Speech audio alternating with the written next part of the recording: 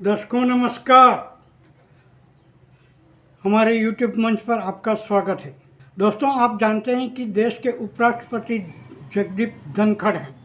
अक्सर उन पर आरोप लगते रहते हैं कि वे हर वक्त राज्यसभा हो या बाहर सब जगह प्रधानमंत्री नरेंद्र मोदी और भाजपा के पक्ष में ही फैसले लेते हैं या बोलते हैं। लेकिन इस बार तो उन्होंने गजब ही कर दिया। उन्होंने एक समारोह में बांग्लादेश में हिंदुओं की स्थिति पर बोलते हुए प्रधानमंत्री नरेंद्र मोदी की विदेश नीति पर ही सवालिया निशान लगा दिया। इसी बात को लेकर जाने माने वरिष्ठ पत्रकार अभिषेक कुमार ने सटीक विश्लेषण किया है, जिसमें उन्होंने कहा कि जगदीप धनखड़ जब मोदी सरकार की विदेश नीति पर सवाल उठा रहे हैं तो क्या वे दूसरे देशों को भारत के अंदरूनी मामलों में दखल के लिए अप्रत्यक्ष रूप से नहीं उकसा रहे हैं, और जब वे बांग्लादेश में हिंदुओं की स्थिति पर सवाल कर सकते हैं तो मोदी से देश में हिंदुओं के साथ हो रही घटनाओं पर कुछ कहने की हिम्मत क्यों नहीं दिखाते हैं। तो चलिए सुनते हैं वरिष्ठ पत्रकार अभिषेक कुमार का विश्लेषण। तो देश में सर्वोच्च पद राष्ट्रपति का होता है और दूसरा सर्वोच्च पद उपराष्ट्रपति का होता है, लेकिन क्या आप सोच सकते हैं कि देश के दूसरे सबसे बड़े सर्वोच्च और संवैधानिक पद पर बैठा हुआ व्यक्ति अपनी ही सरकार के विदेश नीति पर, इच्छा शक्ति पर, राजनीतिक निर्णयों पर, सब पर एक साथ सवाल उठा देगा? और ये हुआ है, कल हुआ है। जगदीप धनखड़ जो देश के उपराष्ट्रपति हैं, उन्होंने सीधे सीधे नरेंद्र मोदी सरकार पर ही एक तरह से सवाल उठा दिया है। वो मानवाधिकार आयोग की स्थापना दिवस समारोह को संबोधित कर रहे थे, लेकिन मानवाधिकार आयोग की स्थापना दिवस समारोह को संबोधित करने वाले जगदीप धनखड़ मानवाधिकार पर कितना बोले होंगे, इसकी कल्पना आप खुद कर सकते हैं कि किसी ने यदि कथित तौर पर उनकी मिमिक्री कर दी तो सदन के अंदर खड़े होकर उसे अपनी जातीय अस्मिता से जोड़ने लगते हैं। सोच सकते हैं, देश के सर्वोच्च पद पर बैठने वाले लोग यदि अपनी जातीय अस्मिता से किसी मामले को जोड़ने लगे तो इस देश की गंगा जमुनी तहजीब का, कंपोजिट कल्चर का, अटक से लेकर खास करके कश्मीर से लेकर कन्याकुमारी तक के हिंदुस्तान का सही है। क्या क्या होगा? ये जगदीप धनखड़ साहब ही है जिन्होंने कभी केशवानंद भारती मामले पर सवाल उठा दिया कि यह देश के विकास में बाधा है, क्योंकि उस मामले पर जो जजमेंट आया था सुप्रीम कोर्ट का, उस जजमेंट ने संविधान का संशोधन करने के मामले में संसद की और सरकार की शक्ति को सीमित कर दिया था। सब कुछ आप नहीं बदल सकते, कुछ चीजें हैं जो कभी बदली नहीं जा सकती, उसे वो देश के विकास में बाधा मानते हैं।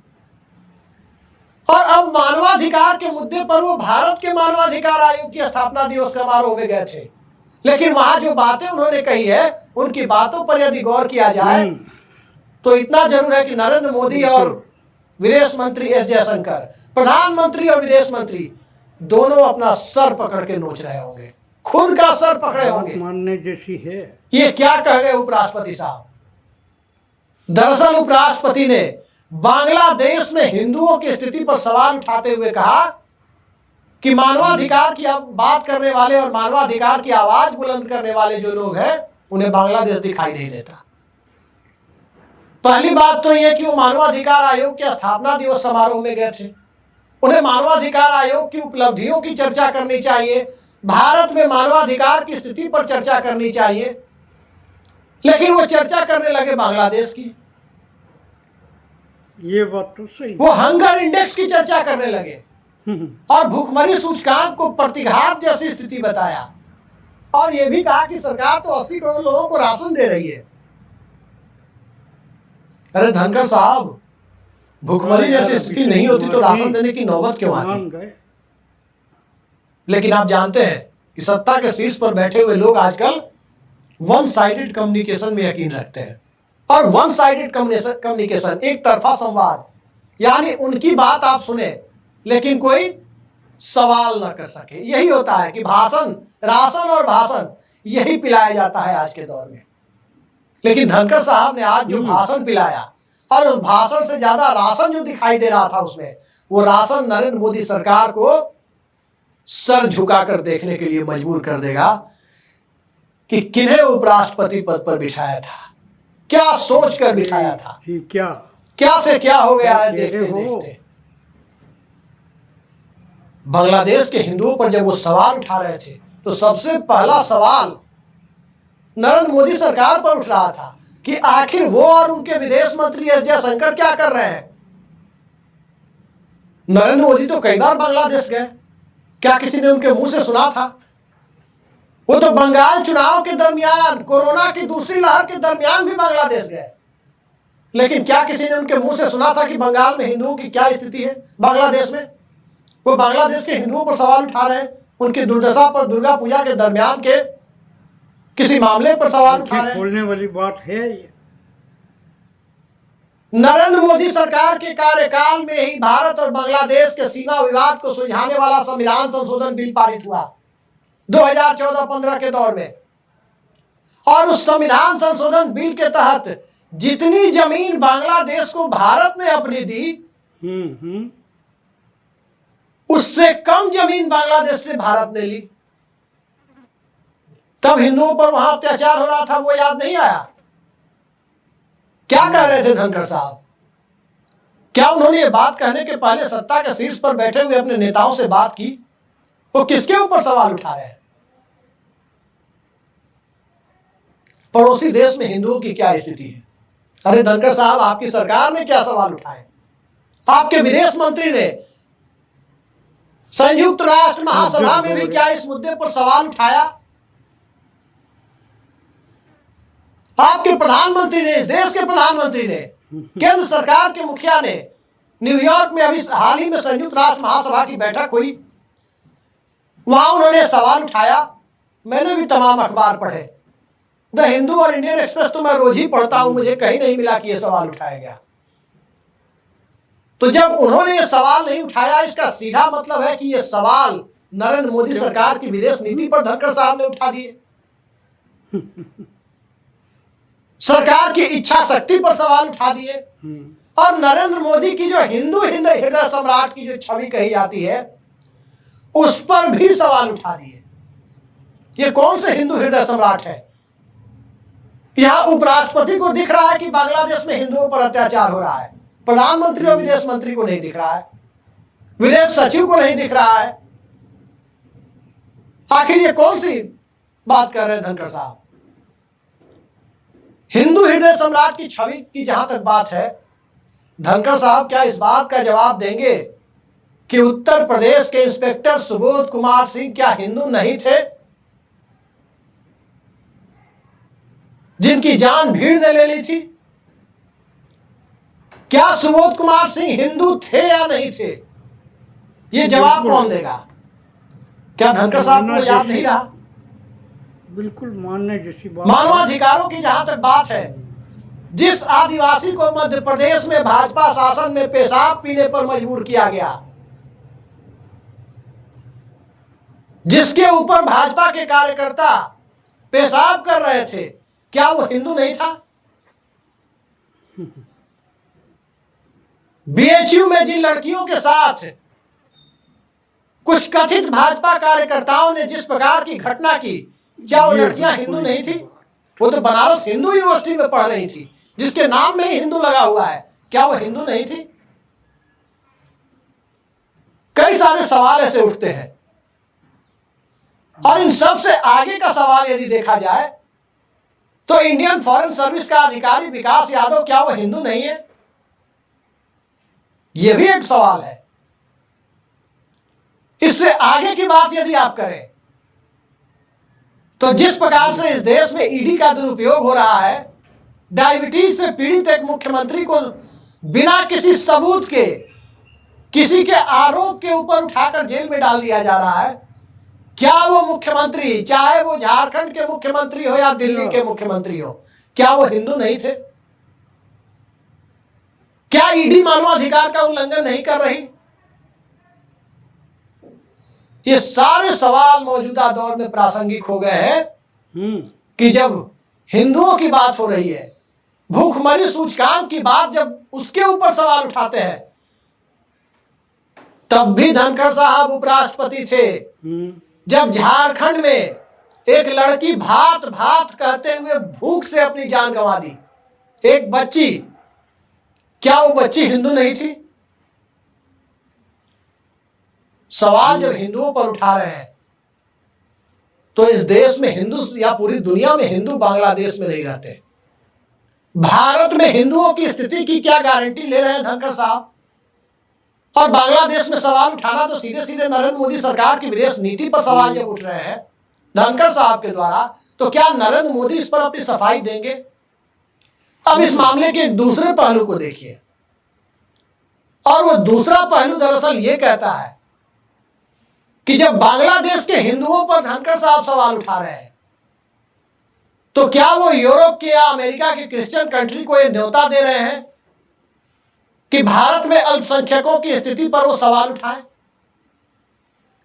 भारत में अल्पसंख्यकों के साथ, अल्पसंख्यक समुदाय के लोगों के साथ हाल के दिनों में जो घटनाएं हुई है, क्या उस पर सवाल उठाने के लिए वो न्योता दे रहे हैं? भारत जिस चीज पर गर्व करता है, अपने संविधान, अपने लोकतंत्र और राष्ट्र निर्माण की प्रक्रिया पर गर्व करता है, और इन सब के पीछे जो एक शब्द सबसे पवित्र माना जाता है, उस शब्द का नाम है संप्रभुता। तो कहावत आपने सुनी होगी, फिल्मों का डायलॉग भी सुना होगा, जिनके घर शीशे के होते हैं वो दूसरों के घरों पर पत्थर नहीं फेंकते। कहने का मतलब यह है कि जब बांग्लादेश के आंतरिक मामलों पर जगदीप धनखड़ सवाल उठाएंगे तो क्या दुनिया के दूसरे देश भारत के अंदर के अल्पसंख्यकों की स्थिति पर सवाल नहीं उठाएंगे? तो क्या जगदीप धनखड़ दुनिया के दूसरे देशों को भारत की संप्रभुता के ऊपर सवाल उठाने का अनौपचारिक निमंत्रण दे रहे हैं? और जब इस तरह की बातें वो कर रहे हैं तो देश के प्रधानमंत्री नरेंद्र मोदी चुप क्यों हैं? विदेश मंत्री चुप क्यों हैं? ये सब बातें लोगों को समझ में आती है कि आखिर हो क्या रहा है। अमेरिका से, कनाडा से जिस प्रकार इस आज के दौर में अंतरराष्ट्रीय स्तर पर भारत के राजनयिक संबंध थोड़े बिगड़े से दिखाई दे रहे हैं कुछ मामलों को लेकर, तो क्या इस मामले पर जगदीप धनखड़ सीधे सीधे ये कहना चाहते हैं कि भारत की संप्रभुता के ऊपर जो सवाल दूसरे देश उठा रहे हैं, नरेंद्र मोदी सरकार के दौर में उठा रहे हैं, क्या वो सवाल सही नहीं है? क्या वो सवाल सही है? क्योंकि आज की स्थिति क्या है?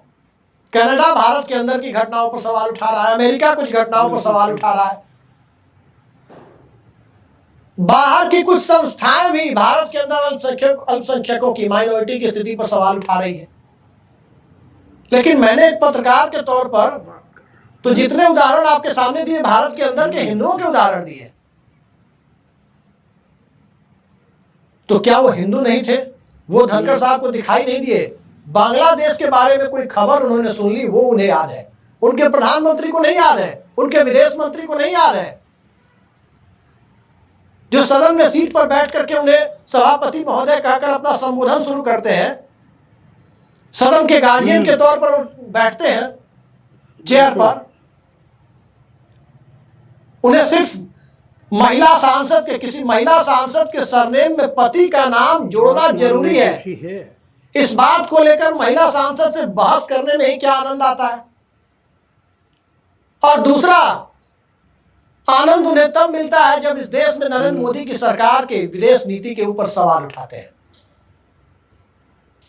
भारत एक ऐसा देश है, या दुनिया में जो भी लोकतांत्रिक देश है, कम से कम आर्थिक नीति और विदेश नीति के मामले में, खासकर विदेश नीति के मामले में देश की नीति पर एकमत होता है।